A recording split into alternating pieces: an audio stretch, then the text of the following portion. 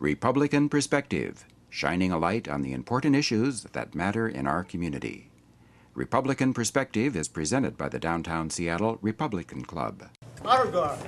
Hook. Left. Hood. Present. Back out.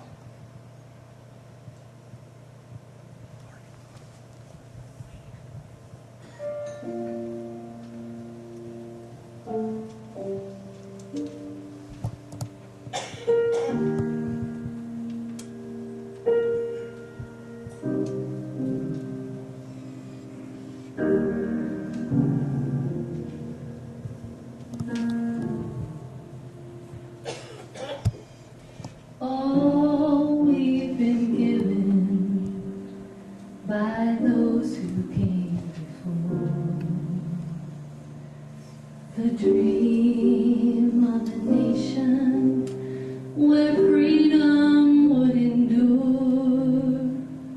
The work and prayers of centuries have brought us to this day. What shall be our legacy? What will our children say? Let them say of me, I was one who believed in sharing the blessings I received. Let me know in my heart when my days are through. America, America, I gave my best to you.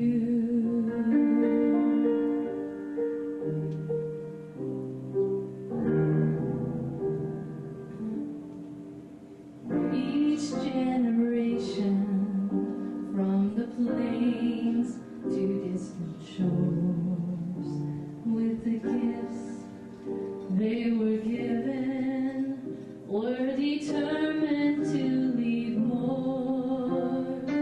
Battles fought together, acts of conscience fought alone. These are the seeds from which America has grown. Let them say of me, I was one who believed in sharing the blessings that I received. Let me know in my heart when my days are through. America, America, I gave my best to you. I just want to say that after the passing of Kent Pullen, I was appointed and subsequently elected to the King County Council. During that time, I came to appreciate then King County Councilman Rob McKenna as someone who had a grasp of the issues and knew how to frame issues and questions to bring out the truth. Rob proved himself as a principled conservative. You know the difference between a principled conservative and a pragmatic conservative. There are pragmatic conservatives. Whenever it's of benefit to them to be a conservative, they are. Like maybe during a campaign. So let's follow the advice there of our attorney and not go there. Rob and I found out we were both Eagle Scouts, so we had a little something in common. But I have to tell you, I really felt sorry for him. Because Rob has a tremendous respect for religion and morality, the poor guy didn't know what to call me. Sometimes he would call me pastor. Sometimes he would call me councilman. But I have to tell you, I was most gratified when he just called me Steve. He is here tonight, and I have appreciated his quick mind, his grasp of the issues, and who better to serve us as our Attorney General of the state of Washington. I give you Rob McKenna.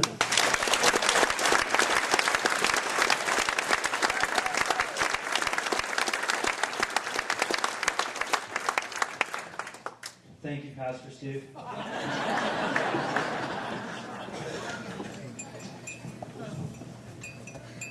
We hold these truths to be self-evident, that all men are created equal, that they are endowed by their Creator with certain unalienable rights, that among these are life, liberty, and the pursuit of happiness. It doesn't say anything about property. The logo for CAPR talks about property, liberty. Declaration of Independence doesn't mention property. How is that? This is so because by the late 18th century, the founders of our country, those firebrand revolutionaries, understood that without property, liberty is in fact impossible. The Declaration of Independence doesn't have to expressly mention property because the authors of that declaration understood the critical connection between freedom and private property ownership. By the late 1700s and early 1800s, in Western philosophy, the concept of property had acquired a comprehensive meaning that included everything that one can claim as one's own, beginning with one's life and one's liberty. James Madison wrote over 200 years ago that property, in its larger and juster meaning, embraces everything to which a man may attach value and have a right, and which leaves to everyone else a like advantage. In the former sense, a man's land or merchandise or money is called as property. In the latter sense, a man has property in his opinions and the free communication of those opinions. He has a property of peculiar value in his religious opinions and in the profession and practice dictated by them. He has property very dear to him in the safety and liberty of his person. He has an equal property in the free use of his faculties and free choice of the objects on which to employ them. In a word, as a man is said to have a right to his property, he may be equally said to have a property in his rights. For Madison, the key author of our Constitution, property gave rise to freedom of thought, freedom of speech, of religion, of personal security, freedom from unlawful search and seizure, for example, all arising from the free use of property. Madison got it. And that's why, although he didn't write the Declaration of Independence, that of course was Thomas Jefferson and Benjamin Franklin and a few others, that is why when you read the Fifth Amendment in the Bill of Rights, that Madison did have a big hand in writing, you hear the following. Amendment 5.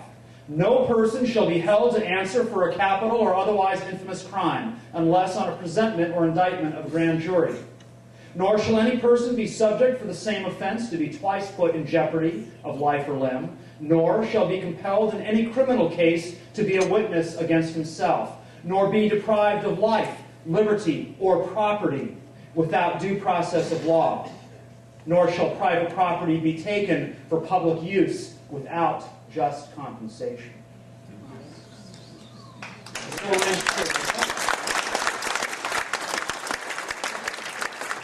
The fact that property and liberty and all associated with that are put together in the Fifth Amendment is the crucial point to me in understanding the Fifth Amendment. To understanding that to Madison, property ownership is a fundamental right, as distinguished from a power. A right is something that we enjoy as our inalienable right, granted to us by our Creator, not bestowed upon us by a government. A power, on the other hand, is something we have granted to the government. Sometimes people who are too much in love with government confuse powers and rights. I was reading a brief today that I have signed on to, written by the Solicitor General of Texas, arguing to the United States Supreme Court that the District of Columbia's effective ban on gun ownership violates a fundamental right. And that contrary, thank you.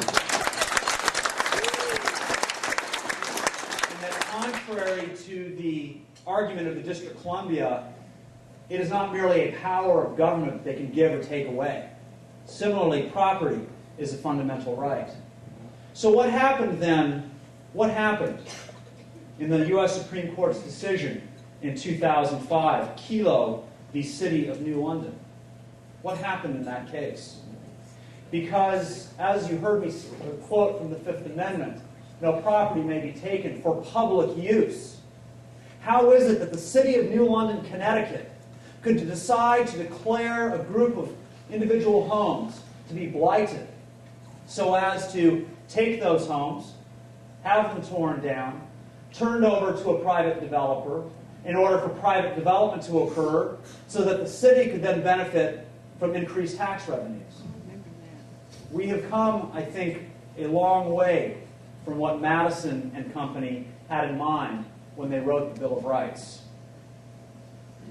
Opinion polls found that the public, shortly after that ruling was announced, overwhelmingly disapproved of the Supreme Court's decision. A Christian Science Monitor online poll found that 93% of respondents disagreed with the ruling. Other polls found people reacting negatively anywhere from 65 to 95%, 97%, depending on how the question was phrased. By July of 2007, just a little over 2 years after the Supreme Court's decision in Kelo, 42 states had enacted some type of reform legislation in response to that decision. 21 of those states enacted laws that severely inhibit the takings allowed by the Kelo decision, while 21 others enacted laws that place some limits on the power of municipalities to invoke eminent domain for economic development. Thank goodness for the separation of powers and the existence of elected officials who can offset bad decisions by unelected judges. Here in Washington State, of course, there were many concerns raised in the wake of Kelo. Many wondered if, under the Kelo principle, private property could be taken here. And indeed, if you look at the Washington State Constitution, it appears that we have a stronger bulwark against private property takings for private redevelopment than exists in the Fifth Amendment as interpreted by the United States Supreme Court.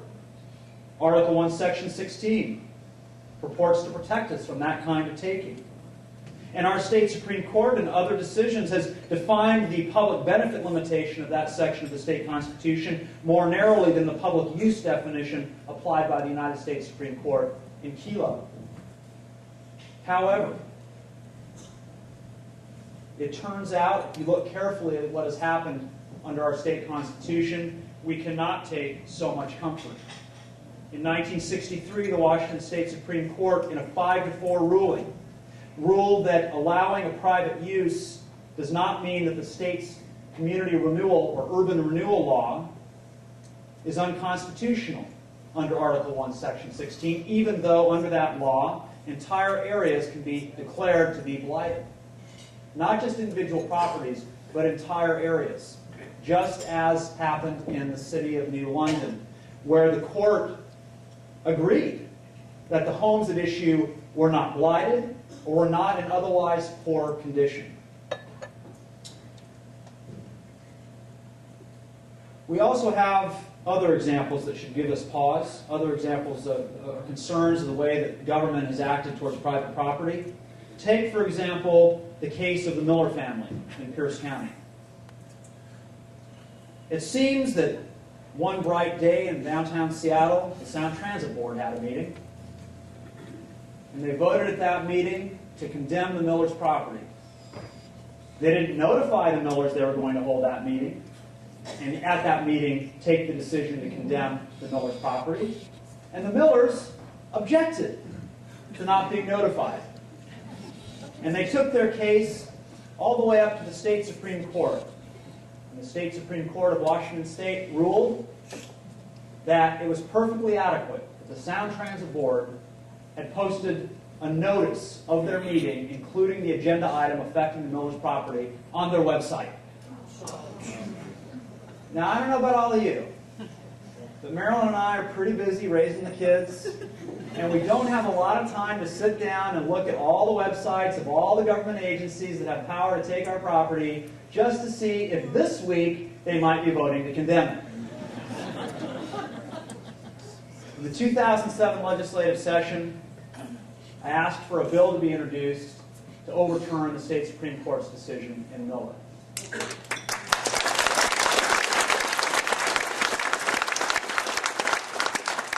gets better. This bill requires that if a government agency wants to take your property and is going to hold a meeting to make that decision, they have to send you a letter. Not just send you a letter, a certified letter, $4.64. They got to take out an ad in the newspaper. They've got to directly notify you. This turned out not to be a radical idea. The governor called me and said, "I like that idea. May I join you in requesting this bill?" And I said, "Yes, Governor, that would be great." And the bill passed and became law.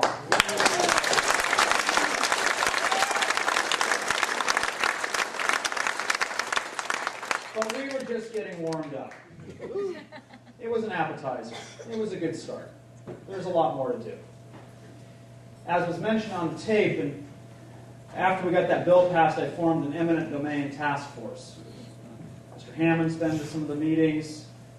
Bill Maurer from the Institute for Justice is a member. Paul Guppy of the Washington Policy Center is a member. And when I set this group up, I thought to myself, there are two ways we could do this.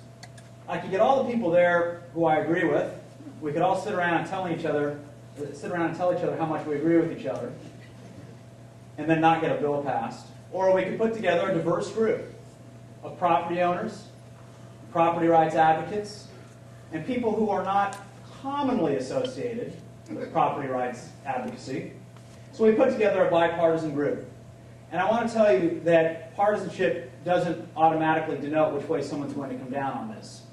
For example, the bill that we've written, that Bill Maurer has worked on, that Tim Ford in my office and others have worked on, that would narrow the definition of blight, which is before the legislature in the current session, is sponsored by Majority Leader Lynn Kessler.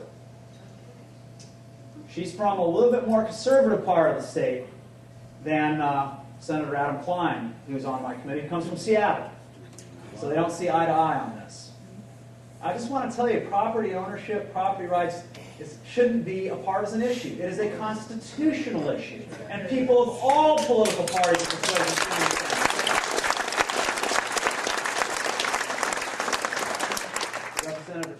Representative Kessler gets that. So does Representative Larry Springer, a Democrat from Redmond, who in 2007 ran a bill to address another concern that a lot of us have. It's the concern that I will describe as the monorail problem. When Bill Maurer and the Institute for Justice, Paul Guppy and the Washington Policy Center came down to Olympia early in 2007 and held a press conference, and they invited Lynn Kessler, myself, and others to be there, they brought along some folks who'd had some unpleasant experiences with their local governments. One such family was the Fong family. Quan Fong is an immigrant from mainland China. He's been a resident and a business owner in Washington State for some time. He has a small business down in the Rainier Valley. He was a little upset when he found out that the Seattle City Council was planning to declare a broad swath of the Rainier Valley to be blighted so it could be torn down and multifamily housing and denser development could be put up to go along the light rail line. We also had the Fuji family there. Now, you may not know who the Fujis are, but I guarantee you, you know the property they used to own. It's called the Sinking Ship Garage. It sits there at the confluence of Yesler and, I always forget the other street that's on the other side of it, Jackson. Right there, right by Pioneer Square. It's an amazing story. The Fujis were immigrants in the late 1800s. They worked and saved. They bought that property in downtown Seattle. It had a hotel on it before World War II. They were interned during World War II and trusted a white family to take care of that property for them. When they came back from internment, they got the property back. They had big plans for it. Along comes the monorail. Monorail Authority takes the property, not to build the monorail on it. They claim they're going to use it as a construction staging zone. Now, I don't know if you noticed, but the monorail never got built. But you did notice. So what does the Monorail Authority do? They flip the property. At a time in which property values were going up plenty fast, the Fujis couldn't afford to buy back their property. 2007, Larry Springer introduced a bill that would have required that when the government takes property and doesn't use it and just resells it, they have to give a first right of refusal to buy it back to the original owner at the original price plus just a regular inflation factor, whatever the consumer price index increase is. Because without that, it would be considered a gift of public funds, so a little increase, but not the real estate market increase. The Fugees, if this law had been in effect, would have been able to buy the family property back. Larry Springer got that bill through, broad bipartisan support, passed out of the House of Representatives, I think with nearly 90 votes. Went over to the Senate, went to Senator Klein's committee, and expired. We brought that bill into our eminent domain task force. We spent months basically in a group negotiation. Give and take, give and take. Now that bill is back over to the Senate, or will be back over to the Senate. It will pass this year, as it should.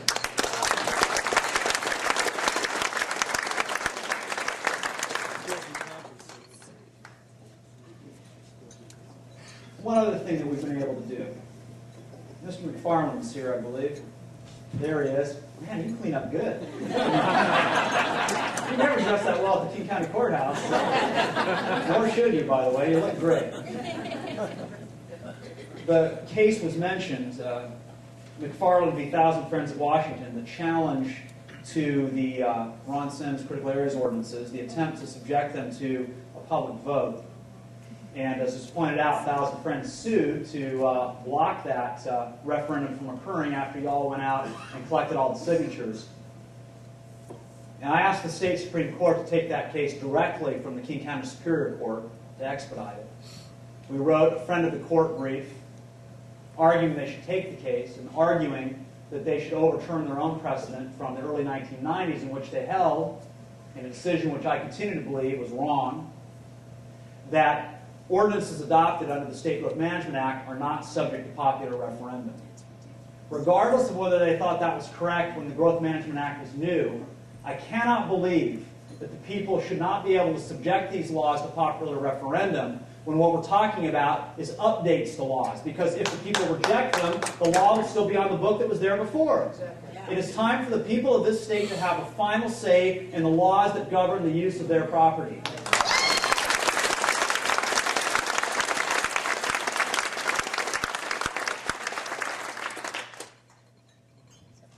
Something to you in closing, two things to you actually in closing. The first is a fabulous couple of quotes, one from Richard Pipes, conservative and property rights advocate at Harvard of all places, and the other is from Justice Brandeis, and then I'm going to close with a quote from Alexis de Tocqueville. Pipes wrote that unless the greatest care is exercised in protecting the rights to property, we may well end up with a regime without being tyrannical in the customary sense of the word, is nevertheless unfree. A regime which, without being tyrannical in the customary sense of the word, is nevertheless unfree. The framers of the American Constitution did not anticipate this possibility. They intended to protect the people against their rulers, not against themselves. That happened because they sought to defend liberty from the only threat which they knew, namely royal absolutism. But, as it has turned out, under conditions of modern, welfare-oriented democracy, the threat can also emanate from below, from one's fellow citizens who, being increasingly dependent on government largesse, care more about their personal security than about general freedom. Richard Pipes is a scholar of the Soviet Union. He understands the difference between a government and a rule of law, a philosophical tradition which recognizes the primacy of property rights, and a system such as the Soviet Union's and Russia's, which never has. Now, Supreme Court Justice Brandeis wrote this: experience should teach us to be most on our guard to protect liberty when the government's purposes are beneficent. Men born to freedom are naturally alert to repel invasion of their liberty by evil-minded rulers. The greatest dangers to liberty lurk in insidious encroachments by men of zeal, well-meaning, but without understanding.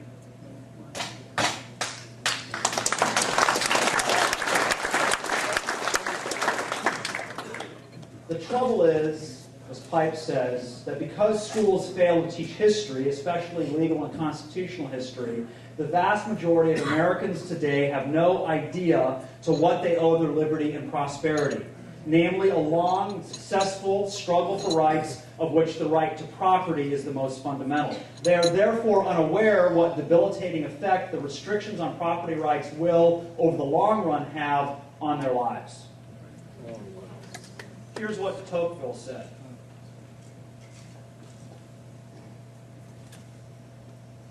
Remember, Tocqueville was the last French guy we really liked. He's describing with eerie prescience the rise of the modern welfare state and the effects it would have on individual liberties. After having thus taken each member of the community in its powerful grasp and fashioned him at will, the supreme power then extends its arms over the whole community. It covers the surface of society. Now see if this sounds familiar to you, all you property owners out there in rural King County. It covers the surface of society with a network of small, complicated rules, minute and uniform, through which the most original minds and the most energetic characters cannot penetrate. The will of man is not shattered, but softened, bent, and guided. Men are seldom forced by it to act, but they are constantly restrained from acting. Such a power does not destroy, but it prevents existence. It does not tyrannize, but it compresses, enervates, extinguishes, and stupefies a people. Man, this guy could write. Till each nation is reduced to be nothing better than a flock of timid and industrious animals of which the government is the shepherd. Is this what we want? No. Thank you very much for being here.